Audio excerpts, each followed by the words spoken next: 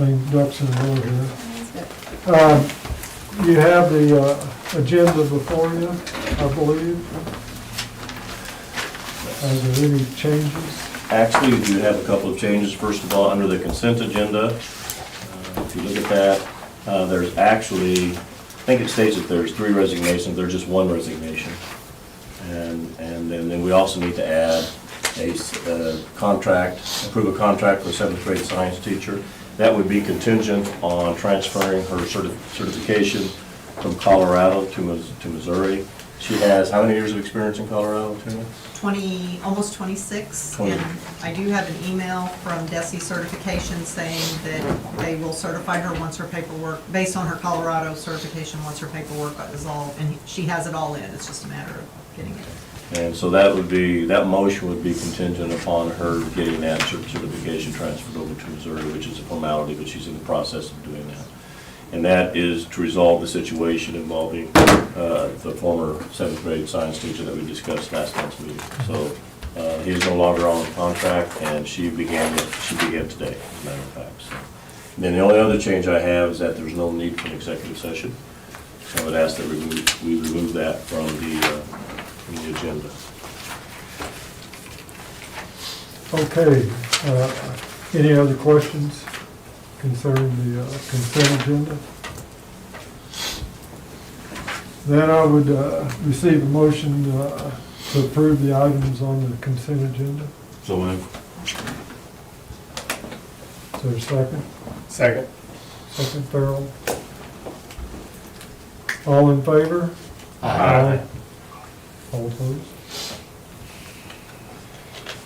Okay, then I guess we'll move on to administrative reports. What's Who would you going like on first, besides Mr. Christmas? Well, you're closest to me. All right. Go right ahead. That's typical. You have the numbers in front of you. Thankfully, our COVID numbers have continued to drop, and we're really at a pretty good point, and I'm sure that'll be a discussion later, but I know at the end of the week, last week, we had 1 student that was quarantined, so after the pretty high watermark in the fall, it's dropped and then has continued to stay at that really low level, so that's been very encouraging.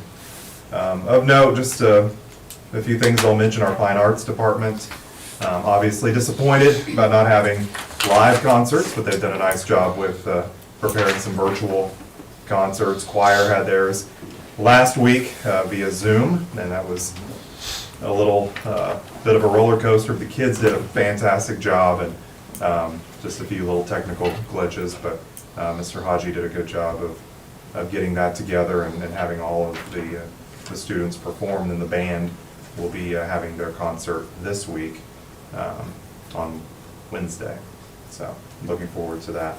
And I believe that's middle school and high school band both. Our Practical Arts Department has been really busy, and that's an area that sometimes we don't talk about probably enough, but our FACS department, FCCLA, they've been baking, which we always enjoy in the high school when they bake and provide some appetizers for us. The school store is back open, which the kids were really happy about that. For lunchtime, we now have a 2-trolley system of mobile school stores that Mr. Schmidt and I dismiss classes for lunch, and the mobile cart kind of follows us around, and then students are able to come out and get their Uncrustables and their Hot Pockets and the stuff that they think is better than the school lunch, or some juice or whatever. We're also taking cards now, so they can swipe, and so the school store, the kids they really enjoy that, and that's brought back a little bit of the normalcy from the stuff that we were missing in the first part of the year. The Ag Department finished up their poinsettia sale, and they're always doing a lot of things up on Ag Island, but I know the poinsettias were a big thing within the last few weeks, and those are around town. Also a bunch of welding projects. I went up for a couple of different welding projects, and I learned a great deal about welding that I didn't know. But those, both Mr. Talbot and Mr. Walden, very good with what they're doing with the kids, and really, I enjoy going up to the Ag building. FCCLA has also started Bearwear Vinyl. We have a shirt press machine that puts vinyl on shirts. So they pitched a business idea to several of us on a panel, kind of like Shark Tank, if you've seen that. And so the kids made this big elaborate presentation on what they were going to do with this Bearwear Vinyl company, and they're starting to take orders for shirts and putting those shirts out. And so the clubs and organizations in our school now can just go to Bearwear Vinyl to get their shirts without having to outsource that. How's that money to go somebody for else. print? That goes towards FCCLA, and then Okay, so that's our club. right. We had mid-quarter, and this semester is a little bit of a short semester, so we lost a couple of weeks with the whole pushing school back to start. So in high school, at least, it's felt like a bit of a rush here from the end of the first quarter to the semester. It just kind of flew by, but we're actively preparing for finals on Monday and Tuesday, and we'll get everything done. Our basketball teams, both doing really well. Saturday was a great day. We don't have too many days where two teams win tournament championships, and we had that on Saturday. The boys won the Mansfield tournament, and the girls won the Norwood tournament about an hour apart. So that was cool, and kudos to both of our basketball teams who are doing a nice job. And so we are actively in the Christmas spirit, getting ready for finals, and ready to start 2021. I got a question. On the Zoom meeting for the choir concert, Yeah. how many people joined in on that? Quite a few. I think I counted about 50 at one time. Yeah, I was gonna say 40, 50. Good. Yeah, and I think, all of our teachers, that was kind of a unique thing. A lot of times we have the choir and band concert on a Sunday afternoon, and the parents and family can all come, but a lot of our kids don't come. And for that day, every classroom stopped class, turned on the choir concert, so they did Was get that- a good performance for their peers. Is the 50 we're talking, is that the classrooms? Well, that would be included? one, That would be each one. classroom would be one participant, Okay. because they would put it up on their smart board in their classroom. And I think I noticed some outside folks too. Yeah, there were some parents Some and parents. family that were watching as well. And then I know Mr. Hodges recorded that separately, and he can kind of farm that out to families that want to watch that. We Right. can't put it directly on YouTube because of copyright. But the So, band is going to be on YouTube? they are going to perform it live on YouTube, but then they can't They can't leave it up there. I'm just not It'll get familiar with flagged. Zooms, and I've never Zoomed Well, I anything, think- so I was curious. I how don't know much that we'll do another participation- concert on Zoom, just because of it just doesn't lend itself as well to a performance as YouTube is probably the better avenue, so. Right. It's kind of trial and error, Sure. but, and I know Mr. Cochran's gonna do the same thing, videotape that, and then for people that need that, we can push that out to them on a one-on-one basis, Oh, really? but we can't leave it out Okay. for the general public. So if we request, Yeah, you'll be able to, we could watch Yeah. the video. yeah, and you can watch it live, of course, Right, but. but once it's past the live portion, But the choir, yeah, it's recorded. it's recorded. And Mr. Haji has And so that. just ask him that file. through an email or something? Yeah. or- Yeah. Yeah, you can get that too.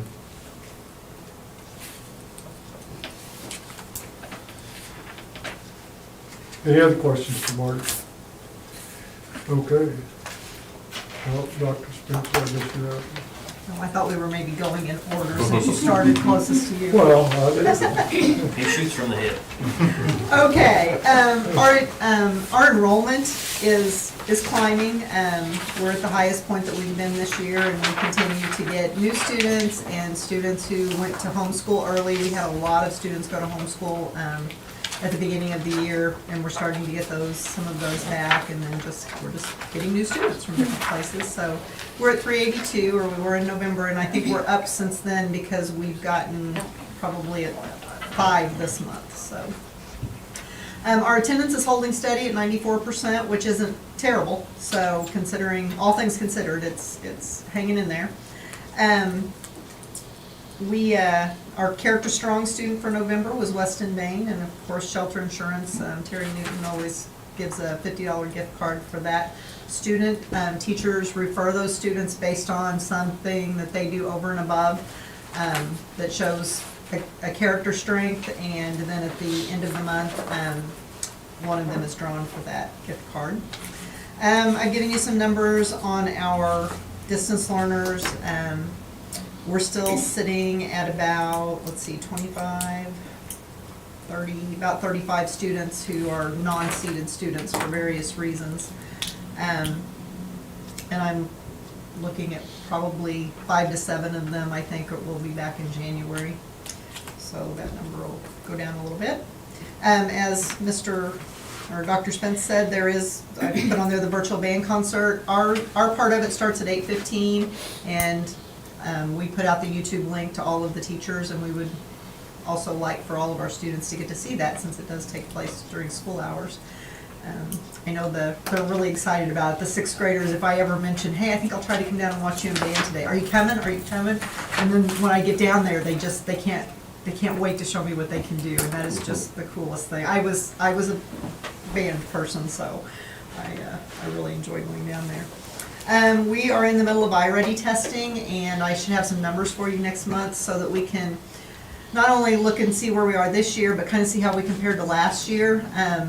We did not lose lots of ground in reading with our first assessment this year versus our first assessment last year, which was a pleasant surprise, but we did lose some ground in math, which is kind of to be expected.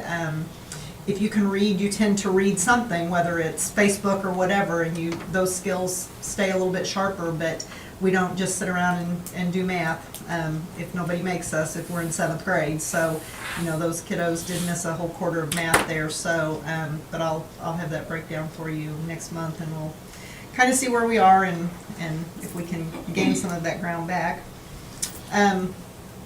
We're just plugging along. The middle school gets a little woolly this time of year, but the kids are hanging in there, and the teachers are really keeping instruction going this week, and trying to finish strong this quarter. And we have some Christmas decorations for the first time in a while, and it's just feels good in our building right now. So. Any questions? Bobby? All right, you'll see our total enrollment is at 500, and if you look down, I kind of broke it down, 443 seated, 15 distance learners, 1 virtual, 41 pre-K, and at the time that I did this, we had 31 quarantined. As of today, that was down to 12 students quarantined. I believe 3 of those were actually quarantined from a case here at school. So the other 9 were family members or out and about. So one thing I'd point out in our numbers up there under staff, we had 89 COVID leave days in October. In November, that was down to 58. So, and currently we have 2 staff members at the elementary that are quarantined. We've been trying to get unique with our, quote, drive-by Christmas concerts.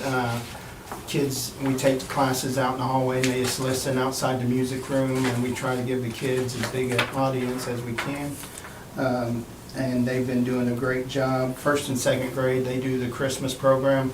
Previously, our 3rd and 4th grade, they did the Thanksgiving, Veterans Day programs.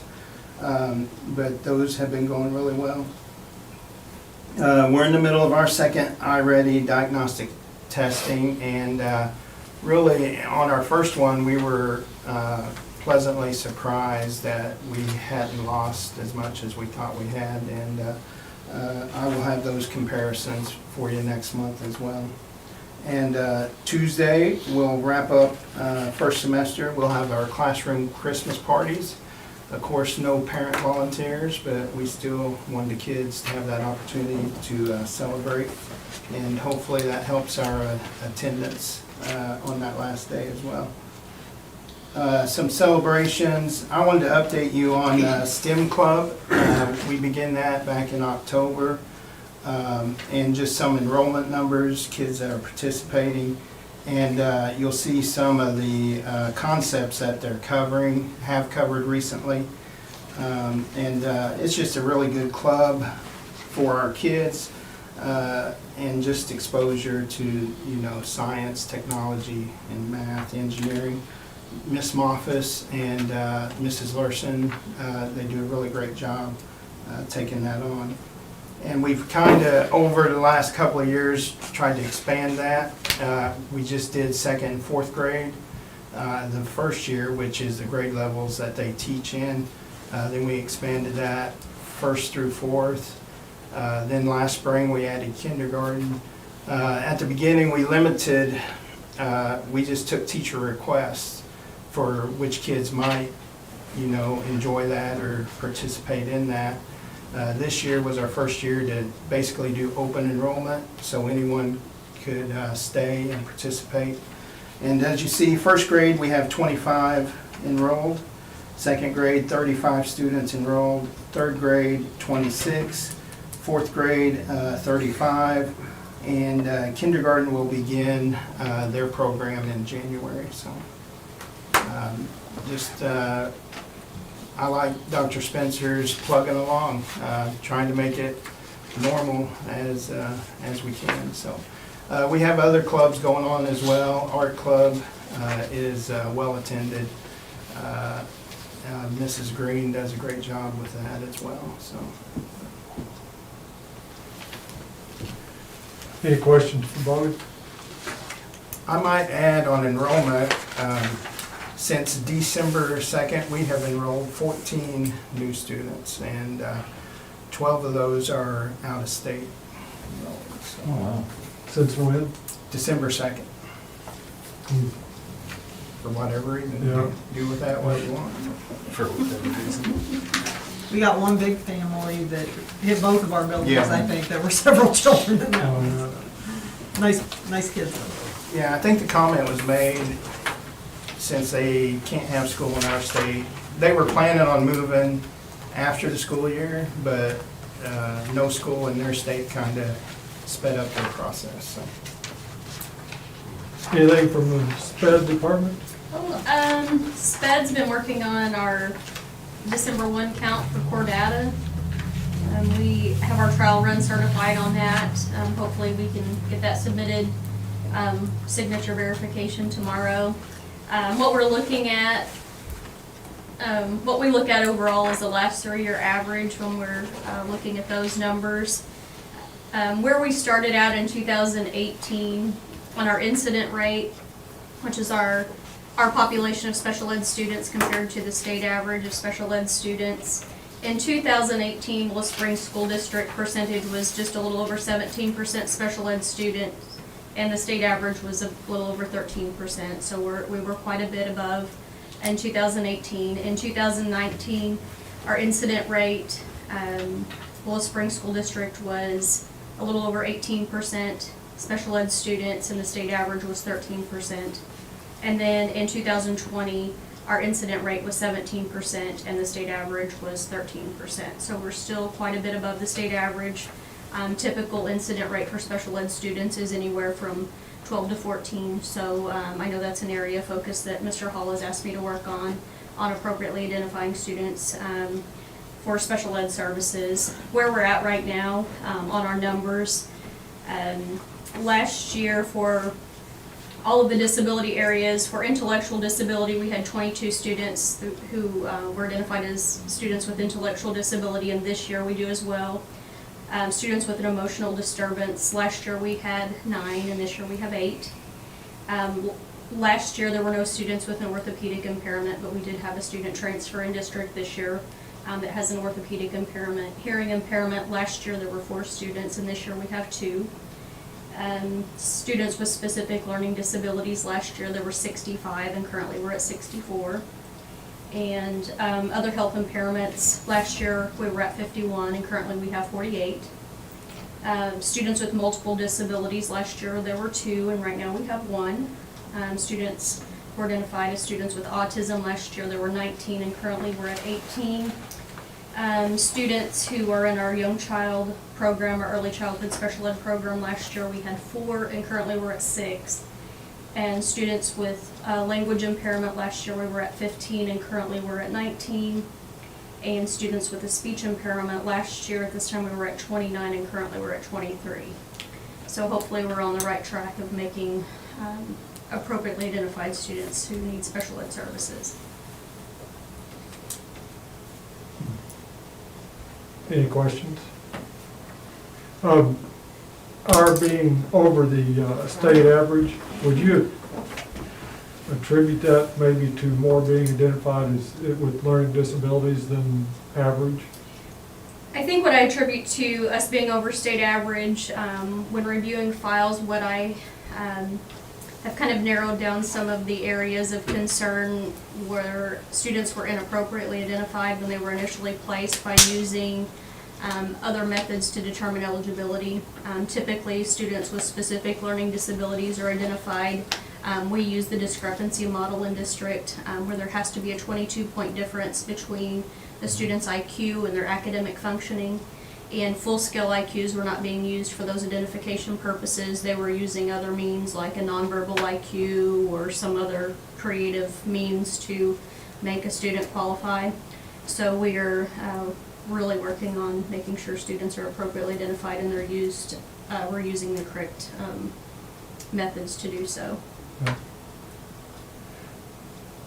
In general, in your department, have you seen how kids are this year compared to last year? I feel like the focus, and I know that I had mentioned this in a previous meeting, that there were about 40 students from about November on last year that were either in the process of an initial evaluation or a reevaluation that were completed. We have about all of those completed and tidied up, and we still have every 3 years when you're in special education, we have to take a look at whether a student needs reevaluated or not. To see if they continue to meet eligibility or if we need updated information. So most of those students during their 3-year cycle will probably be reevaluated just for the purpose of collecting appropriate data. But I think one of the areas that we really focused on, and Mr. Cottingham has allowed me to meet with our grade level teams, and I've met with kindergarten through 5th grade at this time, where we've talked about intervention and making sure we're appropriately providing interventions to students with concerns prior to the referral process for testing, and I think that seems to be working very well. Any other questions? All right. I have just a couple of items if I could, back. Two things. First of all, I met last week, if you recall a while back with the board, it's been a few months now, a couple months. Came to the board to ask about joining a partnership with the Willow Springs Community Foundation and the Willow Springs School District to write a grant through USDA for the purpose of hiring a planner to assist us in the development, potential development of vocational technical building that could potentially be housed at the mobile building.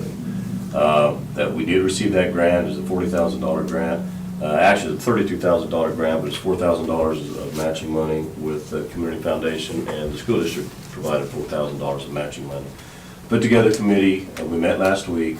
The members of that committee are Sandy Smith, Leanne Christopher, Eric and David Montgomery, Ann Hines, and Beverly Hicks, and myself. And the purpose of that committee is to serve as an oversight to this planning function, to the USDA planning function. Our first order of business, we talked just in general terms about our vision and common principles that we all believe are important about career and tech ed. And it was a good conversation, it was a great meeting. Our first order of business, obviously, is we need to find someone who will serve as the project manager. And we started out by brainstorming a number of different names. There were some really good names that got brought up. We kind of divvied those out to the members and asked each one to contact that person to gauge their level of interest. One thing that we did discover is that we think for the amount of effort that we're going to ask this person to do, it's a part-time position. Okay? And within the budget of the grant, it's like $12,000 to $15,000. We think for everything we're going to be asking that person to do, the deliverables we expect, it's going to have to be higher than that. And so I know that Leanne Christopher's going to come back to USDA. She believes that we might be able to get a little more grant money to help make that a little more enhancing, that people attractive, that people want to do that job. We also have about $12,000 set aside for structural engineer. I know Bev Hicks is looking into the structural engineer that the city uses just to give us some cost estimates in terms of that particular facility if we were to utilize that for current tech ed program, what needs to be done? What upgrades have to happen? You know, and so we're gonna have that will be part of the planning process as well. And so we're kind of working through that. Our next meeting is gonna be about mid-January. Hopefully, we're gonna try to have a project manager on board relatively quickly within the next month. As we said, this isn't we're not gonna have an answer overnight. We're hopeful that within 3 to 6 months, we can have a plan that, first of all, it's a feasibility study. Can we do it, first of all? And then secondly, if there's recommendations to be had, it'll go through the oversight committee, and then we'll have recommendations that'll come to this board, and recommendations, obviously, that go to the city council in terms of what we want to do with those buildings. And so that's kind of the process. We're just starting very, very early right now, but hopefully we'll have somebody on board to serve as project manager. We'll plan on meeting monthly with that person just to get updates in terms of what they're working on. And part of the plan is going to be developing partnerships with the industry within the area. Reaching outside the area, because this is going to be, it's not going to be a post-secondary, it's going to be high school kids, but not necessarily just Willow Springs kids. It's going to be very similar to the Career Tech Center that we have over at West Plains, but not offering what they offer, because that would make no sense. So if we can offer something and pull in kids from Willow Springs, from Houston, from Kabul, from Mountain Grove, from Liberty, then that could help populate it, and we can have kids with that would have 2 years possibly a certification in decent mechanics or something like that. We're talking about the possibility of rolling aviation into it. We think there would be kids who would be very, very interested in that. At some point in time, over-the-road truck driving was discussed. And obviously, you can't go interstate until you're 21, but you could stay within the border from 18 to then. So we're just kind of talking in general terms right now. But it's good to know that we have some folks at the table that are very interested in current tech ed and trying to do something, not only with the program, but in a positive way with the MoDOT building as well. So that's kind of where we are with that. Any questions on that process and what we're trying to accomplish there? I'll keep you informed as we go through that.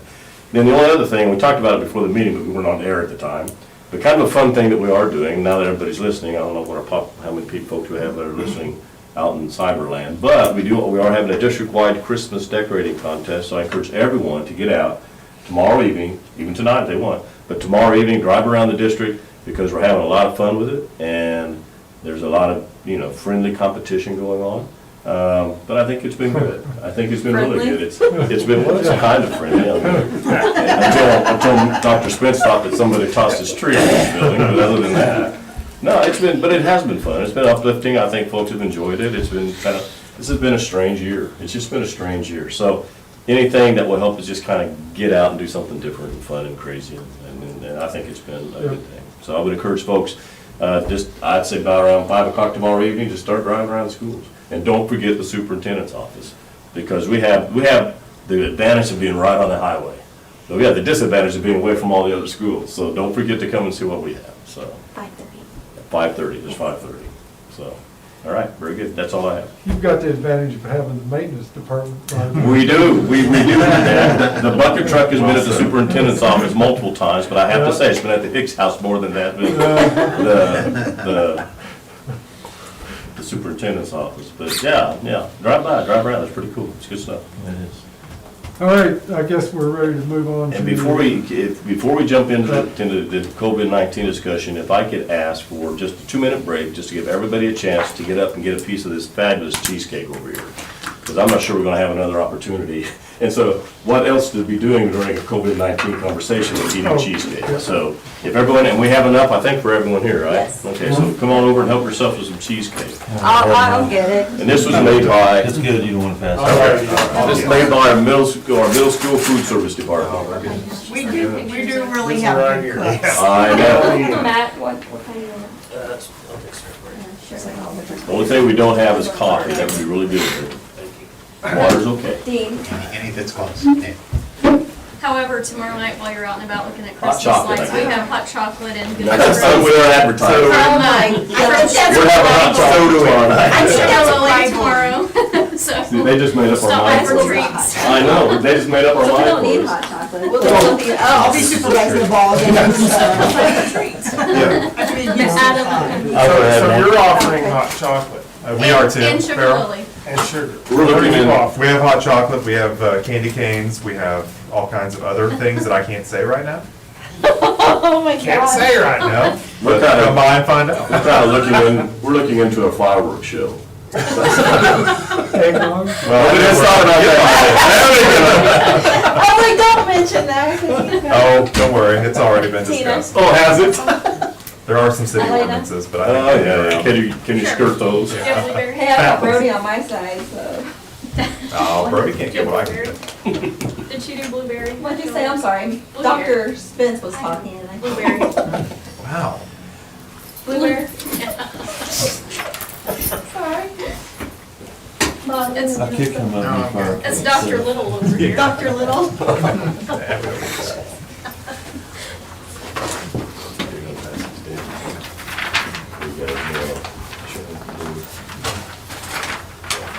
What kind do you want? I guess. Oh, I'm good. You Marty, good? do you want to sign? Oh, geez, Mandy, don't make it so inviting. I'll come get it, you don't have to serve me. I'll bring it to you. You can order it.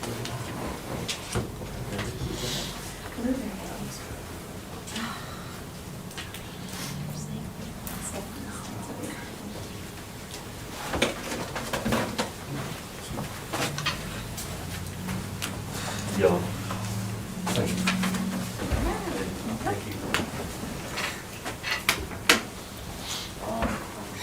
You don't want any? No.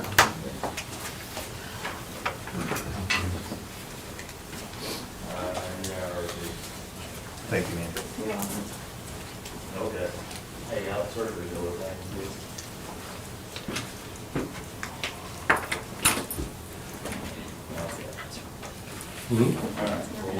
I know. All these ideas, this is the most information we've gotten in this whole game. It's close now. James is free too. Yeah, I know. Who votes on it? Simmons Bank? Simmons Bank. Mhm. Yeah. Yeah, I can help you out with that. Okay. We don't Yes, need you help, can. Dean. After hearing this, we might get a little, I don't know. You don't need help. Wow, what's the bucket truck? Looks like help to me. They just Yeah, want to but- get paid. Yeah, it's not. You do have a good incentive for That's it. right. Yeah, but it's not fair. We've got 3 and you've got like 400. That's Well, we don't involve the kid. Oh, yeah. That wouldn't be right. Child labor. Well, if they want to go out. Oh, of course. Yeah, and We my wouldn't tell her daughter not to. is involved in She helping wanted to you. help out. She's got school spirit, Mandy. You should have seen the video she sent me. Oh, yeah? They just threw the lights on the bush. Yeah, we're having to fix some of that stuff. I'm sure All they right, did. I'm ready when you are. Okay, go for it. All right, I did want to present a brief update on COVID-19 and have a conversation on the back end about masking, but I have a document in front of you. I know, Bob, you had mentioned you had 12 at the elementary, but I just checked this right before I came, so some of them may have gone home too. I just checked my data or whatever. What I show currently, and this is as of today, that we have a total of 20 students district-wide that are on quarantine, okay, as of today. 12 of those come back tomorrow, all right? So after tomorrow, we're only going to have 8, all right? That's really pretty amazing that we're in that particular situation. Total staff on quarantine as of today, we have 3, 1 high school, 2 elementary school. Total current active positive cases, these are kids who had a positive case in their quarantine because they had a positive case, and they haven't came back to school yet, 0. Okay, we have no active positive student cases right now across the district. The only ones that we have are those that have been quarantined due to close contact. At the staff, we have 2 active cases right now, both of them at the elementary school. And so you can see the percentages there. I mean, those numbers are probably as good as they've been all semester long. You know, so we're ending up at a good place. I don't think, we saw a little bit of a spike that week after Thanksgiving, but not what I thought it would be. I mean, we had up to maybe 30 kids that were out. But now they're coming back, and we're just holding our own right now. We get a positive, and now we're down to either no close contacts or 2 or 3, just not very many, right? So I think we've learned how to adapt and adjust through this. We're trying to figure it out. Now, this is interesting because Howell County is also reporting a spike in cases across the county, and we're not seeing it in the school district. Now, I think we had talked previously, Matt, you said that you thought there's 300 and some just in Willow Springs. 350-something? In Willow Springs. Well, that's since Right. the beginning. Right at the beginning. Yeah. And I have that data as well, because if you look total positive student cases for the entire school year, we've had 50 positive cases, all right? What's interesting is 4 of those positives came from students who were quarantined and were sent home because of close contact. All right, so what's that tell you? 46 of those kids were sent home and none of them developed symptoms, all right? But that's what's going on with that. I mean, most of those kids had gotten it outside of school, they didn't get it in school, is what it amounts to. Total positive staph cases, we've had 39. So as we wrap up the semester, I feel pretty good about where we are. I was really, you know, when we started out the first 2 or 3 weeks, it was pretty rough. You know, because we were sending a lot of kids out and staff out for that matter as well. But we kind of gotten them all back now, and so things are going pretty well, and I feel very good about the fact that we've been able to stay 5 days of seated instruction without varying our schedule at all, you know, and so. Good job, We're kind of working through that. That's a good thing. Okay, other notes that I want to bring to your attention regarding changes in CDC guidelines. They did alter their guidelines to allow for 10-day quarantine instead of 14 for close contacts, all right? But the person would have to wear a mask and social distancing if they return between 10 days, 10 and 14. And our local county health department has to agree with that guidance, all right? If they don't agree with it, then we don't follow it. We stay with where we are. They could come back at 10, but if they came back on that 10th day, they have to wear a mask and social distance until 14 days.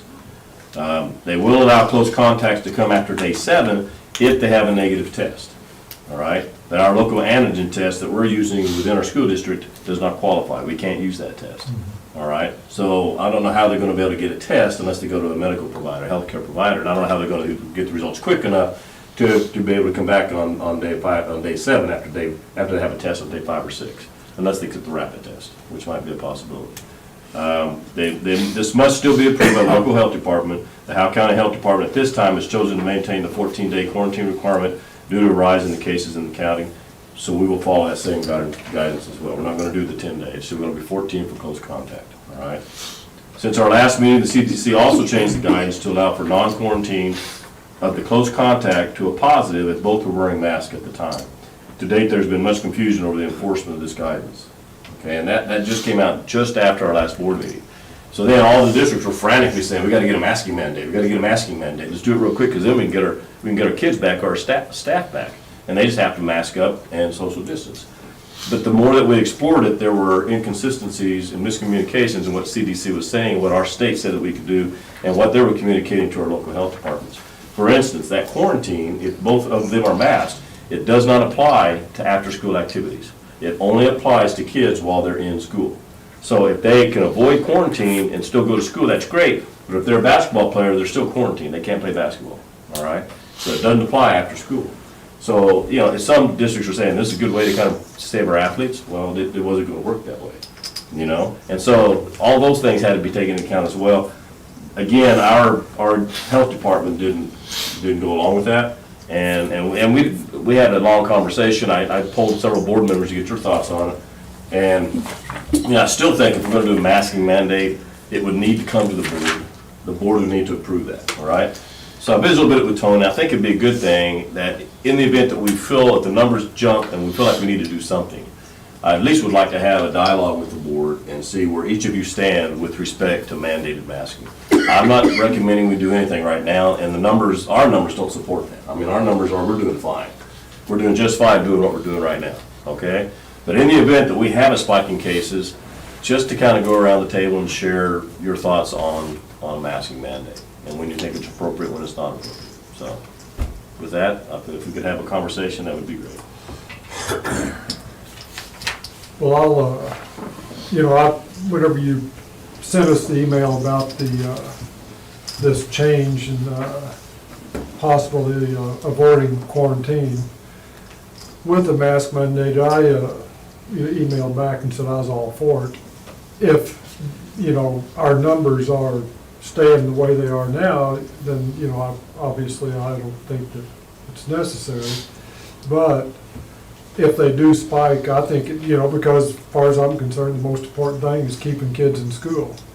And, you know, we're always concerned about student achievement, and probably the most important factor there is them being present. So that's where I'm at. I can't argue with Mac on that thinking, but I'm not for masks. You know.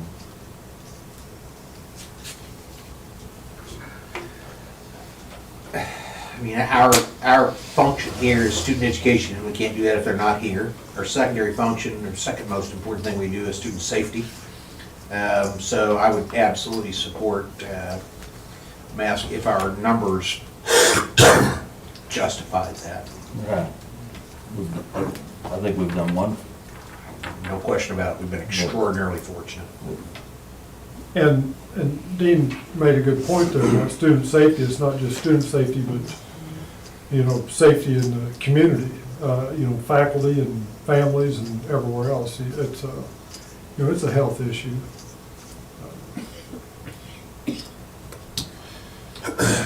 With these numbers, I'm not really for a mask mandate, for two reasons. One is, we're gonna do a mask mandate from 8 to 3. The 305s are all over town, shoulder to shoulder, elbow to elbow. So, I don't know if it's really gonna show a change or not with them. But, if we get a drastic spike, then I would be willing to revisit it. I mean, I'd hate to show you what I was wearing when I caught it, but you just never know.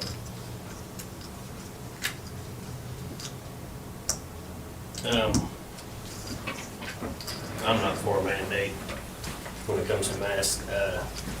The thing that you sent us, it talks about appropriate mask wearing, they had to be worn appropriate.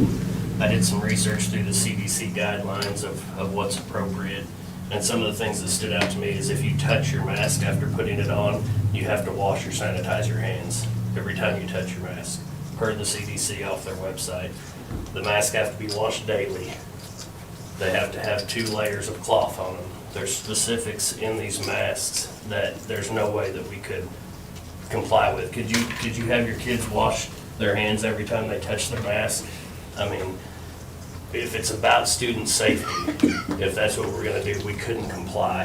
I'm assuming we couldn't comply with some of those guidelines there as far as putting kids in masks. So to mandate that something be done that we couldn't completely follow through with per the CDC guidelines doesn't make sense to me. It doesn't. And the second thing is, I think that we're elected by a majority of people in this school district, and we represent that majority. You don't see that in this community. You don't see that when you go to the Christmas parades. You don't see masks when you go to the store. You don't see any of those things. So along with the safety of the student, I think we have to consider who we represent and what we're doing here as representatives of that. It's just not reflective of what this community wants, I don't believe. And as a representative, I couldn't go for a mask mandate.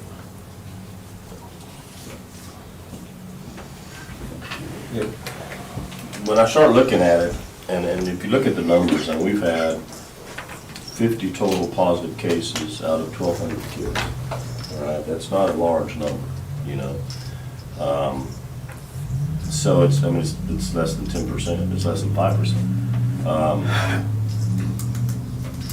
What that number is, when we need to start looking at something different, is pretty arbitrary, But I would tend to think that if we get up to 20-25% of the kids who are out because of positive cases, then I think we need to take a serious look at it. Now, all of a sudden, we're talking about what, about 250, 300 kids out of our entire student Here's population? the thing, we can argue the effectiveness of masks, a separate conversation. This is a matter of whether we get our kids seated in school. So if we follow these guidelines, we can get our kids seated in school. I can't. We look at this number here, you say 50 positive cases for the year, but the real impact isn't that number. The real impact is how many kids have we quarantined this year? Right. And that number's not here. That's right. So we've quarantined hundreds of kids. Hundreds. I mean, we've denied kids, hundreds of kids, weeks of education. Some more than once. Some more than once. And when we get to a point where we've got a quarter of our student body quarantined, I mean, then we have to look at doing something else. And I'm not debating That's hard to the argue. effectiveness. That is hard to argue. I mean, we can't teach them if they don't show up.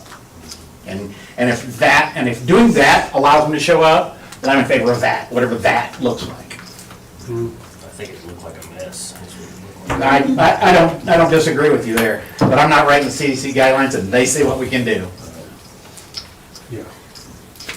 Yeah, I will say too, some approaches that districts take as well is not necessarily to make it a K-12 mandate. And you can make it a partial mandate. You could say middle school, high school, you could say 5 through 12. And elementary kids is not required. So you can look at it different ways as well. You don't have to do the entire mandate for the entire district either. And some districts have gone that way. They've gone just with the older students. And our data would indicate to us that the younger the child, the less impactful that it is. And I think that's pretty consistent. I mean, I was showing some data to the administrators last week, and you can see the number of positive cases, and it's all by age. You know, I mean, but the largest age level where they get positives is 18 to 24, because those kids don't social distance. They don't do anything like that at all. But it's most prevalent as you get older as far as having fatal cases, you know, and so the younger you are, the less impacted you are by it. So there is some rationale behind doing something like that possibly. But I totally agree with what you're saying, Dan. I'm not opposed to a mask mandate, but I agree, because whatever we can do to keep kids in school is extremely important, whether we argue the merits of masking or not. You know, we can say whether it works or doesn't work. But if they're going to give us an option to keep kids in school, then yeah, it's going to be hard to say, no, let's don't do that, you know, especially if we're losing a lot of kids. I mean, Yeah, but we're saying the CDC is what we follow, but we're not gonna be able to follow what the CDC outlines. We're simply making a rule just so we can comply with this thing, whether we're doing it correctly or not. Nobody's gonna come in and inspect whether we're doing it correctly. It's not about that, it's about whether we can get kids seated in school. Then you're, I mean, we might as well just cook the books and go on with our lives. so what would happen though, the health department. Okay, you said that. The health department, but the health department has to sign on this as well, because they're the ones that do all the contact tracing. So one of the questions will be that if a kid tests positive and there's another kid that's listed as a close contact, they'll ask the question, well, were they both wearing masks? And were they wearing masks appropriately? Well, I mean, you have to find that. But if the answer is yes, and they're following these guidelines, then they will not quarantine that second child, just because that child is wearing a mask. All right? I mean, that's the whole value of it, it just keeps that kid in school. I'm not against masks. I think anybody that wants to wear a mask should wear a mask. You can do whatever you wanna do. I'm against mandating a mask. Well, if, you know, if our cases do spike and we choose not to mandate mask wearing, then are we prepared to shut down school, seated school, whenever it gets to a certain point? Yeah, we We may not don't want have. that. The bigger issue with that. No, I think that's the worst. The bigger issue with that is staff. If we lose Yeah. too many staff, we Right. won't have an option. Yeah. And there are Mandate schools that have staff. done that. But it does require a mandate, correct? Yes, It has to be a It has to be a mandate for any mandate. of this, so. correct. That's what boggles my mind. If You can't leave it as a recommendation and two kids that happen to be wearing a mask, even though it was a recommendation, it doesn't count. I'm all for encouraging it, I'm all for having student contests, I'm all for doing all of that, but the mandating part is what I can't do. And I understand, you know, where we're at in this community, and, you know, the number of people that aren't gonna wear a mask. And that's, you know, that's their decision. But, you know, we have to do what we have to do. It just makes no sense at 3 o'clock you have to wear a mask, at 3:05 you're at a ball game and you take it off. That's, to me, that's a silliness. There's a good bit of silliness going on. I don't think anybody can argue with that. But the fact of the matter is, our responsibility is fairly clear to me. I don't like it either. I don't like it, I'm not in favor of it, but I'll vote for it because it's the right thing to do. All right. Just out of curiosity, do we know, did any of the 50 kids that tested positive, none of them ever had to be hospitalized, did they? I don't know. We really don't have access to that I don't information. know. Parents have told To me. my knowledge, no. I mean, I don't believe so. I think I would have heard if one of our kids who tested positive ended up being hospitalized. To my knowledge, no. And again, of all those positive cases, only 4 came from kids who were quarantined as close contacts at school.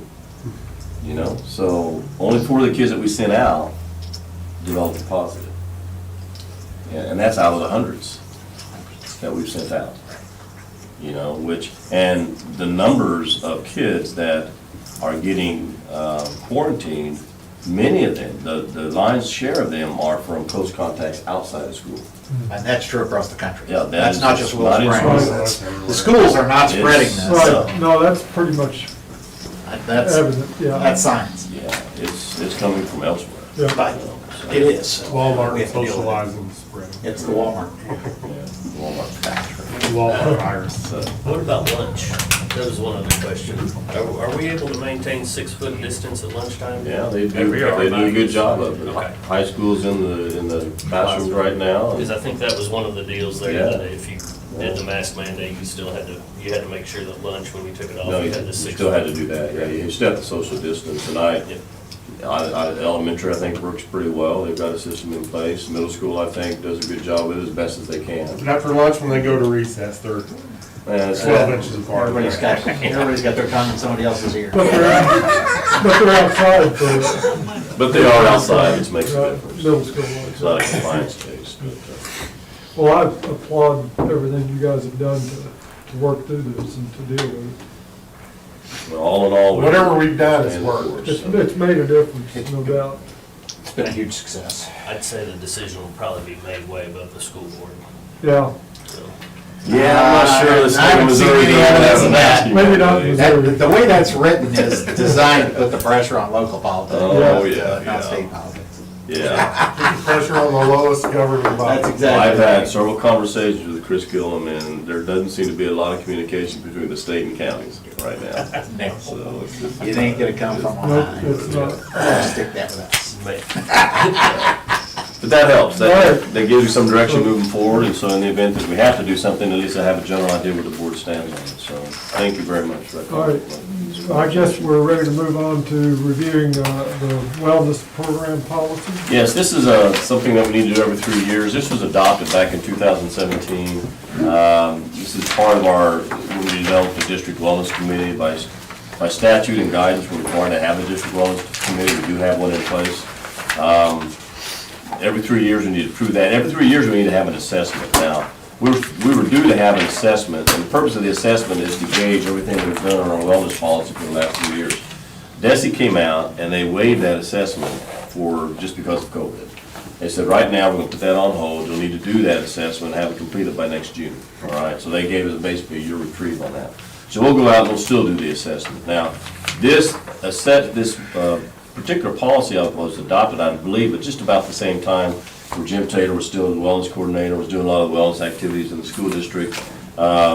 Jim is no longer with the district. That particular grant has expired. Our wellness committee, our wellness director, coordinator is now Michelle Ferguson. And she does have a wellness committee in place. Maxer's on that wellness committee as a board representative.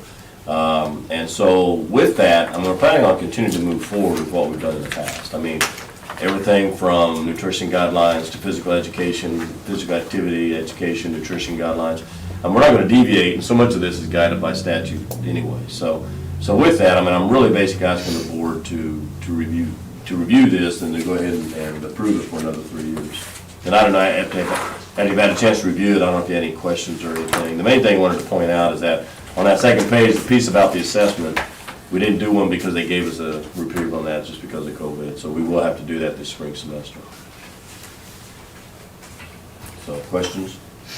I thought Jim had just done one right before he left. No, not the 3 year, because I met with him before he left, and he said, this is something we're gonna have to do, and he kinda laid it on. He said, but I don't think they're gonna make, he told me, I don't think they're gonna make us do it this year because of everything's going on. Okay. And then I got an email shortly after he left saying exactly that. Okay. So Michelle's aware of that, and she'll kinda take the lead on that in the springtime, make sure we get that done, so. And we will report that back to the board, so. So unless there's questions, that's, like I said, I think it's basically formalities.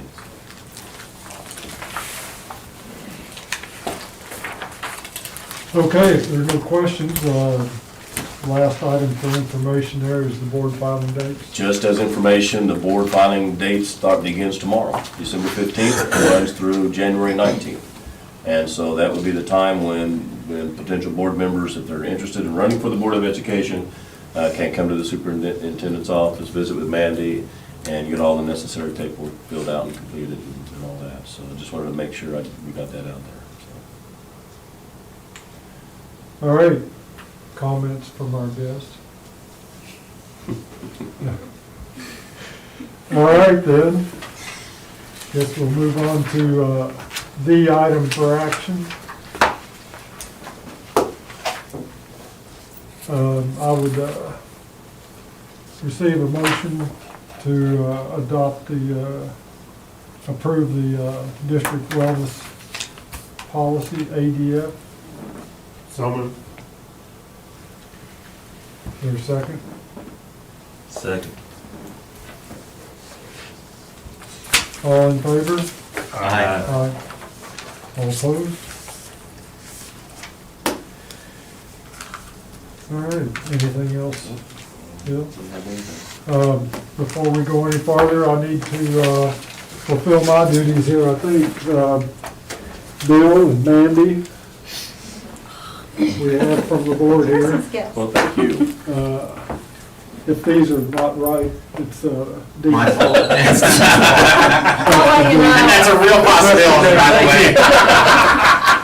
Well, thank you very We much. appreciate you guys very much. And, They're not even joking about that. We have gifts coming as well, and they're Sorry, not in they're not yet, here but as yet. soon as they're in, I'll deliver them to you before Christmas. I hope. the cheesecake was In a good. full Santa suit, right?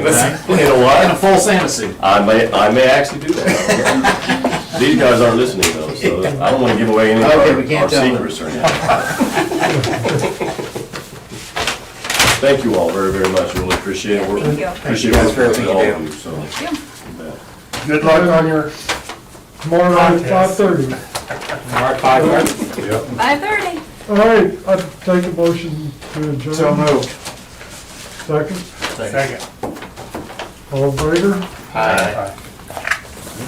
So at 5:30, so nobody's like handing out pizza or anything? Oh, we're handing stuff out. We don't know yet. Come on, so go to the high school. Go to the high school first.